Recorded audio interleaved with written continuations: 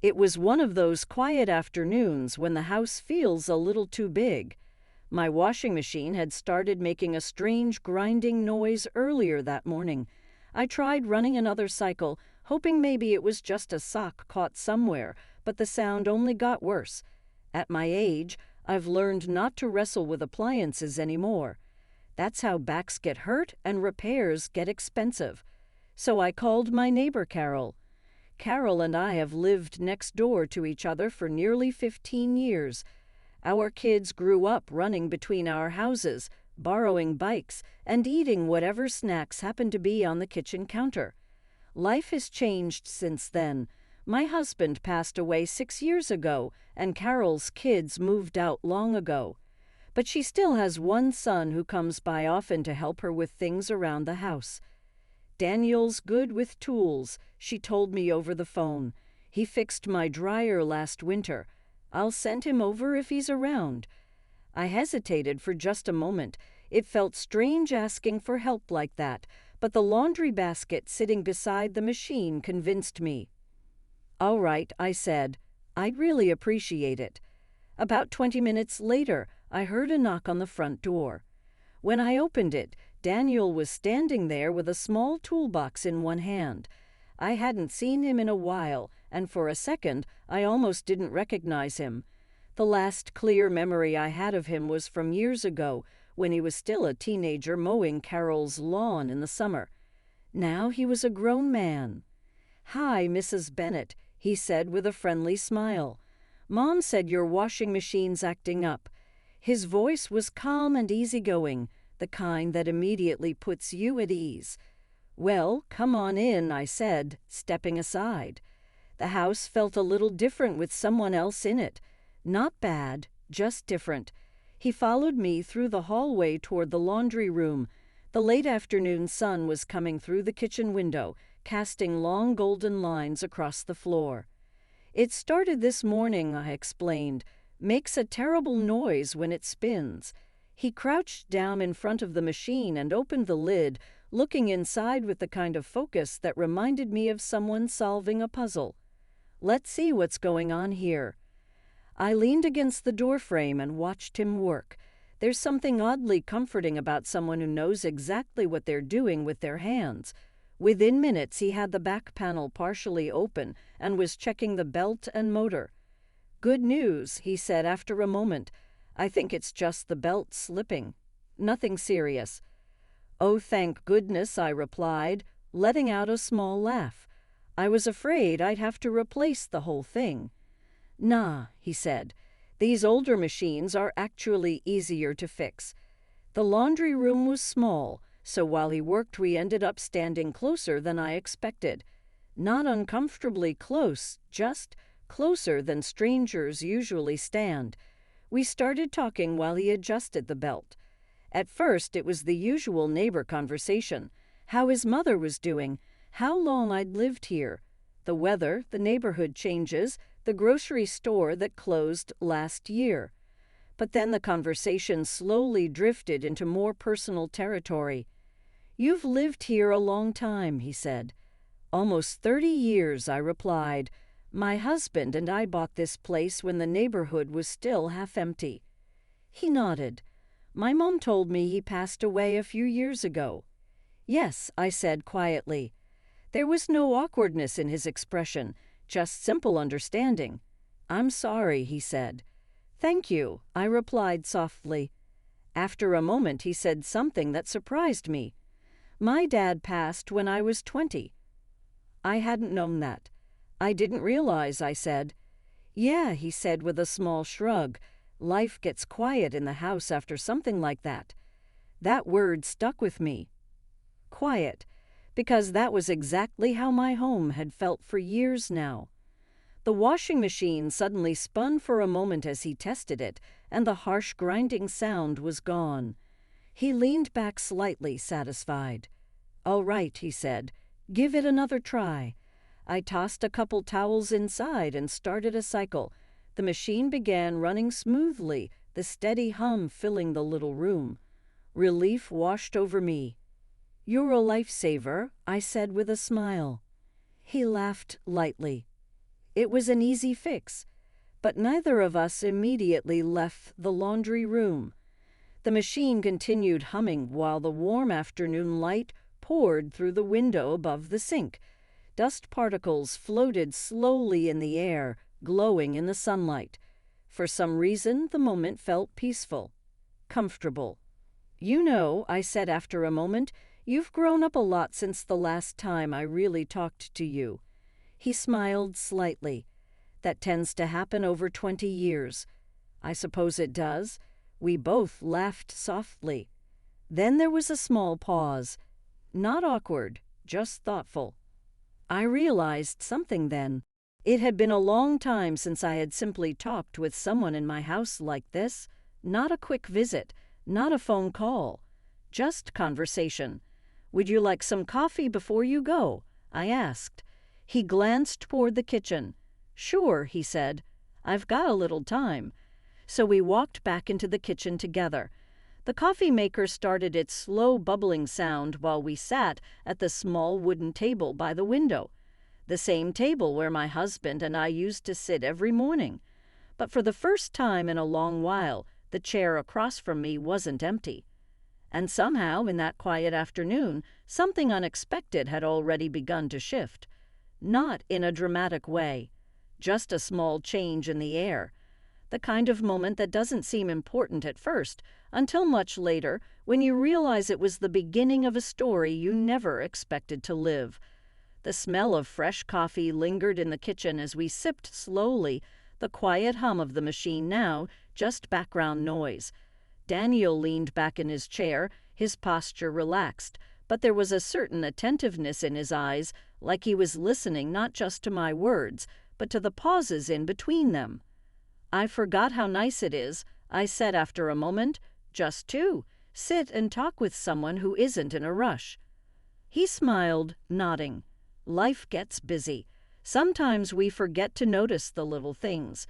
We drifted into talking about our families, memories of childhood summers, the little quirks of neighbors we'd both known over the years. I found myself laughing more than I had in months. There was an ease to the conversation, a warmth that felt strangely comforting, almost like slipping into a sweater you didn't realize you missed. After a while, the topic shifted naturally to the house itself. "I've always loved this place," I said, gazing around. "It's seen so much of my life. Every corner has a memory." "I can see that," he replied, his eyes following mine. "It feels lived in, full of stories." There was a pause, and I realized I wanted to tell him more.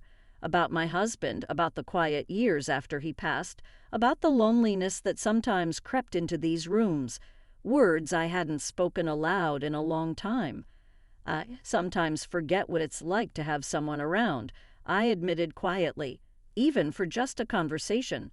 He didn't respond immediately, just reached across the table, his hand lightly brushing mine.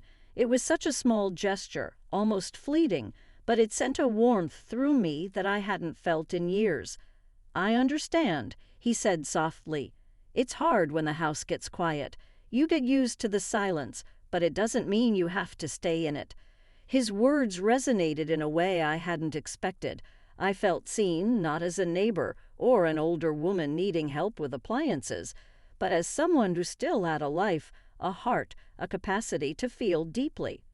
The afternoon sunlight shifted, painting golden streaks across the kitchen floor. I noticed the little things about him, the way his fingers tapped thoughtfully against the mud, the soft laugh that escaped when a memory made him smile, the gentle tilt of his head when he listened. Something in the room changed then, not dramatically, not in a way anyone else would notice. But in the quiet, unspoken space between us, a subtle tension began to build. Not uncomfortable, more like a recognition that two people could connect in ways they hadn't anticipated.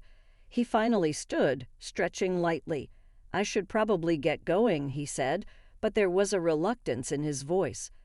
I nodded, trying to ignore the tiny pang of disappointment that fluttered in my chest. "Of course. Thank you for everything today."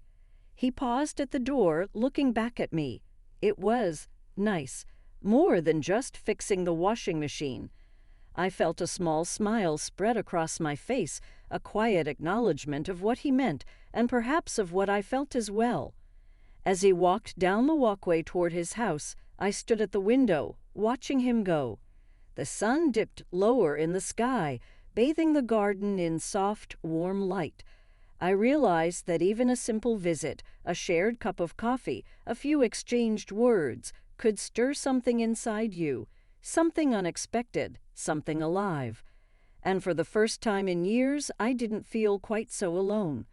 The next morning I woke up to the soft chirping of birds outside my window and the faint hum of the washing machine still running smoothly from the day before.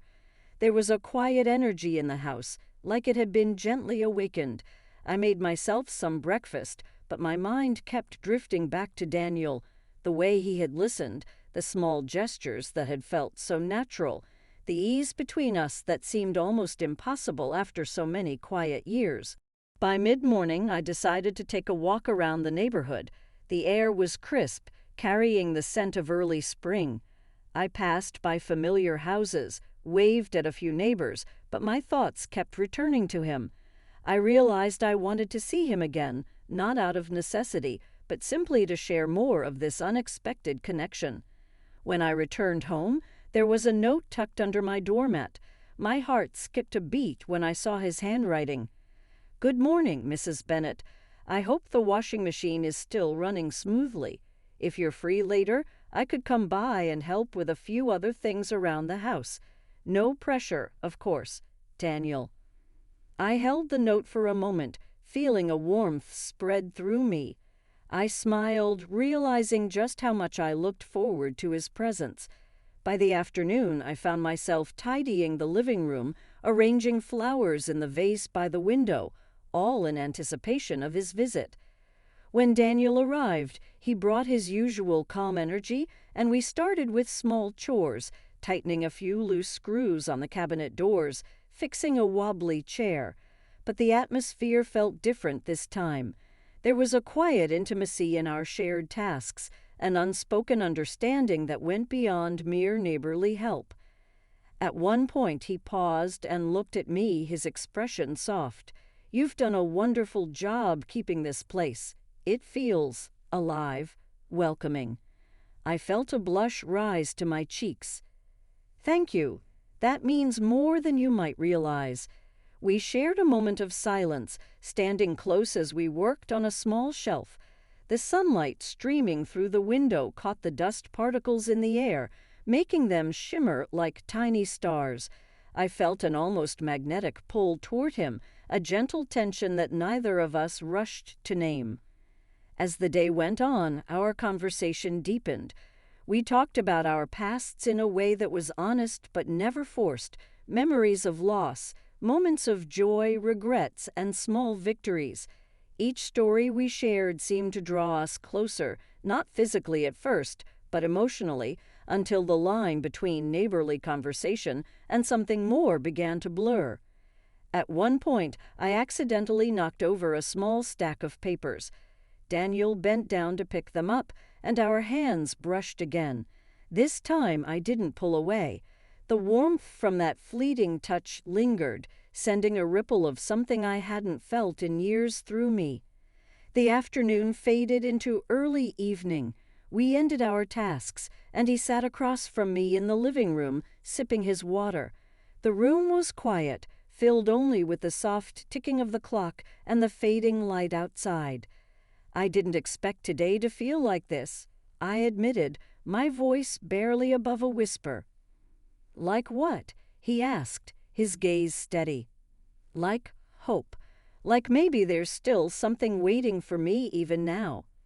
He smiled, a gentle, understanding smile that made my heart ache with its sincerity. "I think life has a way of surprising us," he said, "even when we think the best parts are behind us." For the first time in a long while, I felt the walls I'd built around my heart begin to shift. There was a tenderness in the air, a quiet promise that connection and companionship were not things I had to wait for. They could arrive when I least expected them. As Daniel prepared to leave, he lingered at the door, his hand resting lightly on the frame. "I'll come by again," he said softly, "if you'd like." I nodded, my chest warming with a feeling I hadn't allowed myself to feel in years. I'd like that very much. As he walked down the path, I watched him go, feeling a delicate sense of anticipation in the air. That day had changed something in me. I didn't know exactly what the future held, but I knew one thing with certainty. My quiet life was no longer quite so quiet. And for the first time in years, I was ready to see where this unexpected connection might lead. The next few days passed in a gentle rhythm. Daniel came by again, this time bringing a few small tools for some minor repairs I'd been putting off for months. Each visit was effortless, a combination of practical work and quiet companionship. We would start with the chores, but inevitably drift into long conversations that felt easy, like slipping into a familiar song. One afternoon, we sat in the sunroom, the windows open to the soft spring breeze. I was folding laundry and he was fixing a creaky window latch. The light fell across his face in a way that made the corners of his eyes glow, highlighting the quiet strength in his features. I caught myself staring longer than necessary, feeling a warmth spread through me that was both thrilling and unexpected. "Do you ever feel like life gives you these little surprises?" he said, suddenly not looking up from the latch, "just when you least expect them?" I smiled, the answer obvious. "All the time," I said softly. I never thought someone like you could walk into my quiet days and make them feel different." He glanced at me then, a flicker of something unspoken passing between us. "Different can be good," he said. "Sometimes it's exactly what we need." There was a pause, filled with the gentle hum of the outside world. I realized that the tension I had felt before, the subtle pull, the quiet intimacy, was no longer just a possibility. It was here, alive in the room with us, unspoken yet understood. He straightened, finally putting down the tools, and I noticed the slight hesitancy in his movements. "I don't want to overstep," he said. "I value this, whatever this is, and I don't want to ruin it." I felt a smile tug at my lips. "You're not overstepping," I assured him. "I've missed this, missed feeling alive in someone's presence again." For a long moment we just sat there, the room bathed in golden light. I felt a gentle courage rising within me, a willingness to embrace the connection that had been quietly building over days of small moments, laughter, and shared memories. Eventually he stood, and I realized he had been lingering longer than he needed to. "I should go," he said softly, though his tone carried a reluctance. "I know," I replied, standing as well. "But thank you for everything, for being here." He smiled, that same calm, sincere smile that had first drawn me into conversation. "I'll see you soon," he said, and for the first time I believed it. After he left, I stayed by the window for a long time, watching him walk down the path. The air felt different now, charged with possibility. My home, once quiet and still, seemed alive with the promise of connection, of new beginnings that could grow slowly and naturally. I realized then that life had a way of surprising you, even when you think your days are behind you. It had given me a gentle reminder that warmth, companionship, and unexpected joy could arrive at any age. And in that realization, I felt a quiet, deep happiness settle over me, an understanding that even in the later chapters of life, there was room for discovery, for closeness, and for a heart that could still open again. I smiled, letting the sunlight wash over me, feeling a peace that was both new and familiar. It was only the beginning, but for the first time in years, I was ready to step into whatever came next. Days turned into weeks, and our visits became a comfortable rhythm neither of us forced nor rushed. Daniel came by not just to fix things anymore, but to share quiet afternoons. Sometimes we worked on little projects around the house. Other times we simply sat in the sunroom, talking about everything and nothing. The air between us was easy, warm, and filled with a familiarity that felt like coming home. One late afternoon, the sky painted in soft shades of gold and pink, we found ourselves in the garden. I was planting some spring flowers while he helped me arrange the pots and planters. We worked side by side, our hands occasionally brushing, but now the touch no longer startled me. It felt natural, comforting, almost inevitable. "You know," he said softly, pausing to look at me, "I never imagined a simple repair could lead to this." I laughed, a soft, heartfelt sound. "Neither did I, and yet here we are." He smiled, and for a long moment neither of us said anything. The garden smelled of fresh earth and new blooms, the world around us quiet, except for the faint rustle of leaves. In that stillness, I realized how deeply I had come to care for him, not just for his presence or kindness, but for the way he listened, the way he made me feel seen and alive again. Finally, he turned to me fully, his expression serious but tender. "I know we've both had our share of losses," he said, "but I want you to know something. I'd like to be more than just your neighbor, if you feel the same." My heart swelled with a mixture of surprise and relief. I had hoped, of course, but hearing him say it made it real. I nodded, words catching in my throat. "I do," I whispered. "I feel the same." We stood there for a moment, letting the weight of our words settle, the garden around us glowing in the fading light. Then he reached for my hand, and this time our fingers intertwined naturally. The warmth spread through me, a quiet but powerful affirmation that connection, intimacy, and companionship could bloom again, even after years of solitude. We didn't need to rush. There was no dramatic declaration, no sudden change, just a gentle mutual understanding, a shared promise to explore this new chapter together, patiently, respectfully, and with open hearts. That evening, as I watched the sun sink below the horizon, I realized how much life still had to offer. Unexpected moments, small gestures, quiet afternoons, they could grow into something profound, something deeply moving, and in that realization, I felt a peace and joy I hadn't known in years. For the first time in a long time, I was truly ready to embrace the future, whatever it might bring, hand in hand with someone who had quietly become much more than a neighbor. And that, I knew, was a gift I would cherish every day.